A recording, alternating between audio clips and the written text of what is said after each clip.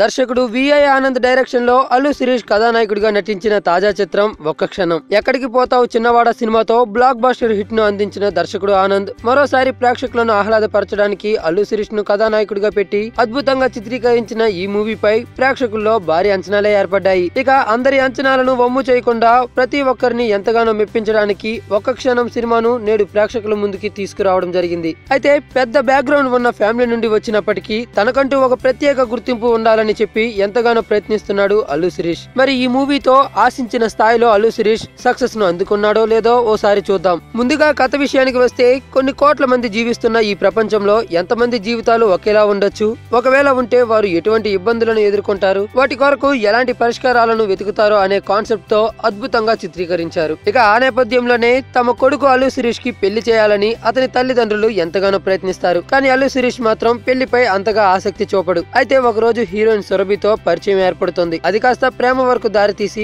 ఒకరినొకరు గాఢంగా ఇష్టపడతారు. ఇక అంతా మంచిగానే ఉన్న సమయంలో వారి లవ్ లైఫ్ లోకి అవసరాల శ్రీనివాస్ మరియు సీరత్ కపూర్లు ఎంటర్ అవడంతో ఒక్కసారిగా కథ మొత్తం మలుపు తిరుగుతుంది. ఒకరి లైఫ్ లో జరుగుతున్న సంఘటనలు మరొకరితో ముడిపడి ఉన్నాయని వారంతా తెలుసుకుంటారు. ఇక తర్వాత ఏం జరిగింది, వారి లైఫ్ లో ఎలాంటి పరిణామాలు చోటు చేసుకున్నాయి, ఇంతకీ సురభి అల్లు శిరీష్ ఒకటయ్యారా లేదా అన్నది తెలియాలంటే ఈ ఒక్క క్షణం చూడాల్సిందే. ఇక నటీనటుల విషయానికి వస్తే ముందుగా చెప్పుకోవాల్సింది హీరో అల్లు శిరీష్ గురించే. తాను నటించిన ముందు సినిమాలతో పోలిస్తే అల్లు శిరీష్ ఇందులో తనలోని నటనను పూర్తిగా చూపించాడనే చెప్పుకోవాలి. కొన్ని సన్నివేశాల్లో అల్లు శిరీష్ పలికిన హావభావాలు ప్రేక్షకులను ఎంతగానో ఆకట్టుకున్నాయి. అలానే హీరోయిన్ సురభి కూడా చాలా బాగా నటించింది. ఇప్పటి వరకు గ్లామర్ రోల్స్ లోనే మెప్పించిన సురభి ఈ మూవీలో మొదటిసారిగా తనలోని డిఫరెంట్ షేడ్స్ ను చూపించింది. ఇక ముఖ్యంగా చెప్పుకోవాల్సిన క్యారెక్టర్ అవసరాల శ్రీనివాస్. తన పాత్రకు ఖచ్చితంగా న్యాయం చేశారనే చెప్పాలి. అలానే సీరత్ కపూర్ కూడా చాలా బాగా నటించింది. తన అందచందాలను ఆరబోస్తూ కుర్రకారులను బాగానే ఆకట్టుకుంది. వీరితో పాటు మిగిలిన నటీనటులు అందరూ కూడా వారి పరిధి మేరకు బాగానే యాక్ట్ చేశారని చెప్పుకోవాలి.